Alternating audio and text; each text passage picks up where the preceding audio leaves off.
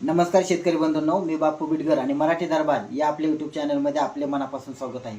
तर बघा, पीएम किसान योजनेची जी काही केवायसी वार्षिक केवायसी होती त्याची मुदत 30 जून 2026 रोजी संपलेली आहे। आता त्या संदर्भात अजूनही कोणतीही मुदतवाढीची तारीख सध्या तरी आलेली नाही, परंतु बऱ्याच शेतकऱ्यांमध्ये एक प्रकारे याची शंका होती की पीएम किसान योजनेची केवायसी केली, मग आता नमो शेतकरी महासन्मान योजनेची केवायसी करायची का?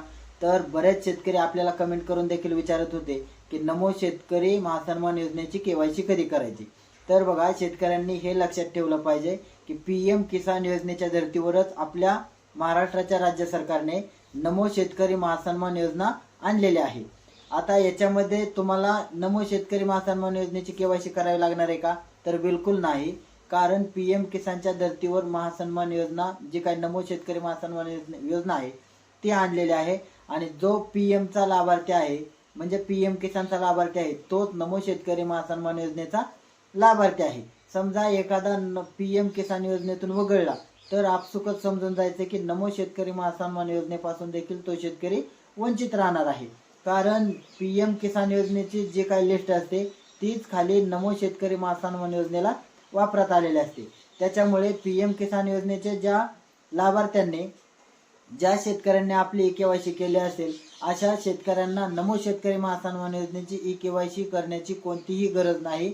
याच्यामुळे अशा प्रकारच्या ज्या काही अफवा असतील त्याच्यावर शेतकऱ्यांनी बिलकुल विश्वास ठेवायचा नाही, कारण राज्य सरकार हे पीएम किसानच्या केंद्र सरकारच्या धर्तीवर योजना आणल्या असल्यामुळे त्या योजनेचा जी केंद्र सरकारच्या योजनेचे लाभार्थी आहेत तेच नमो शेतकरी महासन्मान योजनेचे देखील लाभार्थी आहेत। त्याच्यामुळे कोणत्याही प्रकारची नमो शेतकरी महासन्मान योजनेला केवायसी करण्याची गरज नाही।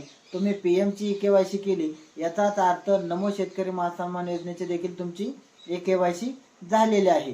त्याच्यामुळे आता बऱ्याच शेतकऱ्यांना हा प्रश्न पडतो की नमो शेतकरी महासन्मान योजनेचा हप्ता कधी पडणार? तर 1 जुलैला म्हणजे आज हा कृषी दिन होता, याच दिवशी शेतकऱ्यांना हा हप्ता वितरित केला जाऊ शकतो अशा पद्धतीचं वातावरण देखील होतं, कारण कृषी दिन हे शेतकऱ्यांचा अत्यंत जिव्हाळ्याचा विषय असतो आणि याच दिवशी नमो शेतकरी महासन्मान योजनेचा हप्ता सोडला जाईल अशी देखील शंका हे प्रत्येक शेतकऱ्याच्या मनामध्ये होते। परंतु कर्जमाफी ही देखील शेतकऱ्यांच्या जिव्हाळ्याचा विषय असलेली आणि कृषीला धरून असलेली योजना आहे। त्याच्यामुळे जर एखादी योजना कृषीला धरून आणली तर त्याचबरोबर नमोचा हप्ता देखील वितरित करणं हे शेतकऱ्यांना आपसुकच अपेक्षित होतं, परंतु कर्जमाफी असल्यामुळे कदाचित नमोचा हप्ता थोडा पाठीमागे ठेवला असेल असं शेतकऱ्यांचं म्हणणं आहे। परंतु अद्याप देखील नमो शेतकरी महासन्मान योजनेचा जो काय त्याच्यासाठी निधीची तरतूद आहे ती केलेली नाही। त्याच्यामुळे 1 जुलैला असलेली शेतकऱ्यांची नमो शेतकरी महासन्मान योजना पडण्याची आशा ती आता विस्कळीत झालेली आहे। त्याच्यामुळे पुढे शेतकऱ्यांना नमो शेतकरी महासन्मान योजनेचा हप्ता नेमका कधी पडेल याविषयी जर अजून काय अपडेट आली तर ती आम्ही तुमच्यापर्यंत पोहोचवण्याचा नक्की प्रयत्न करू। तुर्तास धन्यवाद।